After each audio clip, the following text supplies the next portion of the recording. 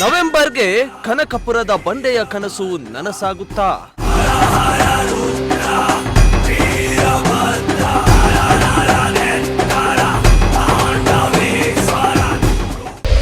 ಕ್ರಾಂತಿ ಆಗುತ್ತೆ ಅನ್ನೋ ವಿಚಾರದ ನಡುವೆ ಡಿಕೆಶಿ ಸಿಎಂ ಆಗ್ತಾರಾ?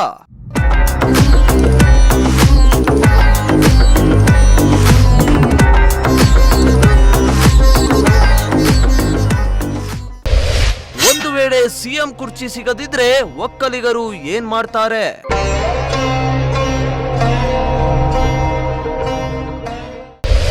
ಡಿಕೆ ಕನಸನ್ನ ಕಾಂಗ್ರೆಸ್ ಭಗ್ನ ಮಾಡಿದ್ರೆ ವಿಜಯೇಂದ್ರ ಅಖಾಡಕ್ಕೆ.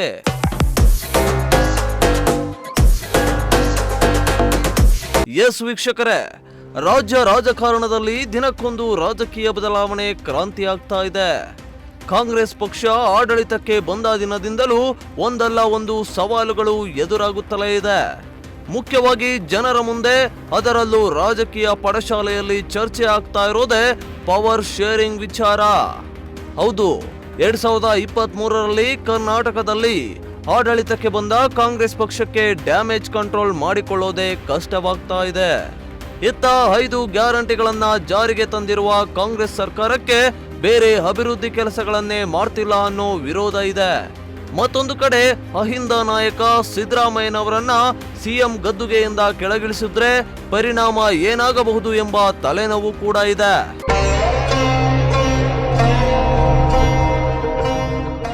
ಪಕ್ಷದ ಅಧ್ಯಕ್ಷ ಸ್ಥಾನವನ್ನ ವಹಿಸಿಕೊಂಡು ಪಕ್ಷವನ್ನ ಅಧಿಕಾರಕ್ಕೆ ತರುವುದಕ್ಕೆ ಹಗಲಿರುಳು ಶ್ರಮಿಸಿದ ಕನಕಪುರದ ಬಂಡೆ ಡಿಕೆ ಶಿವಕುಮಾರ್ಗೆ ಸಿಎಂ ಕುರ್ಚಿ ಮೇಲೆ ಕಣ್ಣಿರುವುದು ಗುಟ್ಟಾಗಿ ಉಳಿದಿಲ್ಲ.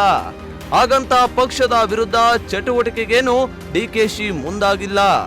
ಒಂದು ವೇಳೆ 2.5 ವರ್ಷದ ಪವರ್ ಶೇರಿಂಗ್ ಮಾತುಕತೆ ಆಗಿದ್ದೇ ಆದ್ರೆ ಇದೇ ನವೆಂಬರ್ ತಿಂಗಳ 20ನೇ ತಾರೀಕಿಗೆ ಸಿದ್ದರಾಮಯ್ಯ ಡಿಕೆಶಿಗೆ ಸಿಎಂ ಸ್ಥಾನವನ್ನ ಬಿಟ್ಟು ಕೊಡಬೇಕಾಗುತ್ತದೆ.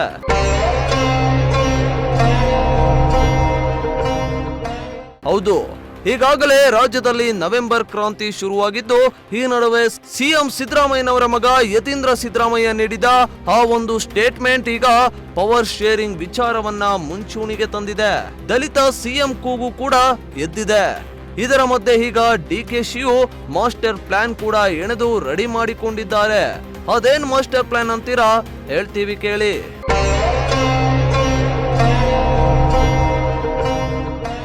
ಸಿದ್ದರಾಮಯ್ಯ ಈಗ ಪವರ್ಫುಲ್ ಲೀಡರ್. ಅತಿ ಮುಖ್ಯವಾಗಿ ಸಿದ್ದು ಜೊತೆ ಇರೋದು ಅಹಿಂದ ಸಮುದಾಯ. ಈ ಅಹಿಂದ ವೋಟ್ ಬ್ಯಾಂಕೇ ಕಾಂಗ್ರೆಸ್ ಪಕ್ಷಕ್ಕೆ ಶಕ್ತಿ. ಈ ವೋಟ್ ಬ್ಯಾಂಕ್ ಡಿಕೆಶಿ ಹಿಂದೆ ಬರೋದು ಅಷ್ಟಕ್ಕಷ್ಟೇ. ಹಾಗಂತ ಡಿಕೆಶಿಗೆ ಬಲ ಇಲ್ವಾ ಅನ್ನೋ ಪ್ರಶ್ನೆ ನೀವು ಕೇಳಬಹುದು. ಸತ್ಯ, ಡಿಕೆಶಿಗೆ ಹಳೆ ಮೈಸೂರು ಭಾಗದಲ್ಲಿ ತನ್ನದೇ ಆದ ಪ್ರಭಾವತನ ಇದೆ. ಇದರ ಜೊತೆ ಪಕ್ಷದ ನಿಷ್ಠೆ, ಪಕ್ಷದ ಜವಾಬ್ದಾರಿ, ಹೈಕಮಾಂಡ್ನ ಸಂಪರ್ಕ ಅತ್ಯುತ್ತಮವಾಗಿದೆ. ಕಷ್ಟದ ಕಾಲದಲ್ಲಿ ಪಕ್ಷಕ್ಕೆ ಕೈ ಹಿಡಿಯುವ ಡಿಕೆಶಿಗೆ ಈಗ ಕಾಂಗ್ರೆಸ್ ಕೈ ಹಿಡಿಯುತ್ತಾ ಅನ್ನೋದೇ ಯಕ್ಷ ಪ್ರಶ್ನೆಯಾಗಿದೆ.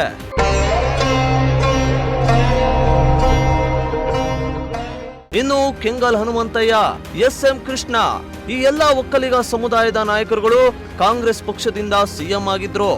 ಈಗಲೂ 2.5 ವರ್ಷ ಒಕ್ಕಲಿಗರಿಗೆ ಮಣೆ ಹಾಕಿದ್ರೆ ಕಾಂಗ್ರೆಸ್ ಜೊತೆ ಇರುವ ಒಕ್ಕಲಿಗ ವೋಟ್ ಬ್ಯಾಂಕ್ ಹಾಗೂ ಹಳೆ ಮೈಸೂರು ಭಾಗವನ್ನ ಉಳಿಸಿಕೊಳ್ಳಲು ಕಾಂಗ್ರೆಸ್ ಹೈಕಮಾಂಡ್ ರಾಜಕೀಯ ಲೆಕ್ಕಾಚಾರ ಹಾಕಿದೆ ಅನ್ನೋದು ಕೂಡ ಕೇಳಿ ಬರ್ತಾ ಇದೆ. ಇದರ ಜೊತೆ ಡಿಕೆಶಿಯು ಕೂಡ ಒಕ್ಕಲಿಗ ಹಾಗೂ ಲಿಂಗಾಯತ ಸಮುದಾಯದ ಶಾಸಕರುಗಳನ್ನ ತನ್ನ ಜೊತೆ ಭದ್ರವಾಗಿ ಇಟ್ಟುಕೊಂಡಿದ್ದಾರೆ.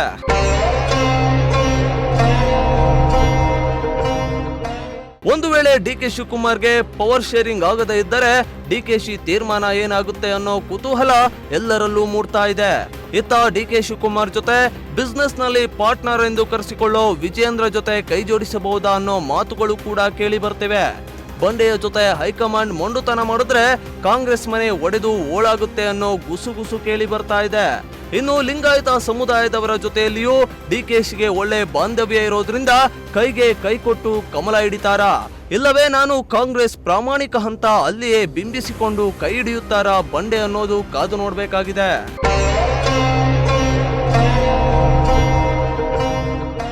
ಒಟ್ಟಿನಲ್ಲಿ ಕನಕಪುರ ಬಂಡೆಗೆ ಸಿಎಂ ಪಟ್ಟದ ಮೇಲೆ ಕಣ್ಣಿದ್ದು, ಸಿಗದಿದ್ದರೆ ಬ್ಲಾಸ್ಟ್ ಆಗುವ ಸಾಧ್ಯತೆಗಳು ಹೆಚ್ಚಾಗಿವೆ. ಯಾಕೆಂದ್ರೆ ಇತ್ತೀಚೆಗೆ ಅದ್ಯಾಕೋ ಡಿ.ಕೆ. ಸಾಹೇಬ್ರು RSS ನ ಜಪ ಮಾಡ್ತಾ ಇದ್ದಾರೆ. ಈ ಜಪದ ಹಿಂದಿನ ಉದ್ದೇಶವೇನಿರಬಹುದು ಅನ್ನೋ ಪ್ರಶ್ನೆ ಕೈ ನಾಯಕರದ್ದಾಗಿದೆ. ಅಷ್ಟೇ ಅಲ್ಲದೆ ರಾಜ್ಯದ ಜನತೆ ಬಿಜೆಪಿಯಲ್ಲಿಯೂ ಕೂಡ ಗೊಂದಲ ಸೃಷ್ಟಿಸಿದೆ. ಬಂಡೆ ಬಂದ್ರೆ ಬಿಜೆಪಿ ಕೈ ಹಿಡಿಯುತ್ತೆ ಅನ್ನೋದು ಸತ್ಯ. ಆದ್ರೆ ಪಕ್ಷದ ನಿಷ್ಠೆಯ ಬಗ್ಗೆ ಮಾತನಾಡುವ ಬಂಡೆ ಕೈ ಬಿಟ್ಟು ಕಮಲ ಹಿಡಿಯುತ್ತಾರ ಅನ್ನೋದನ್ನ ಕಾದು ನೋಡ್ಬೇಕಾಗಿದೆ. Bureau report, Prajashakti TV, Bengaluru.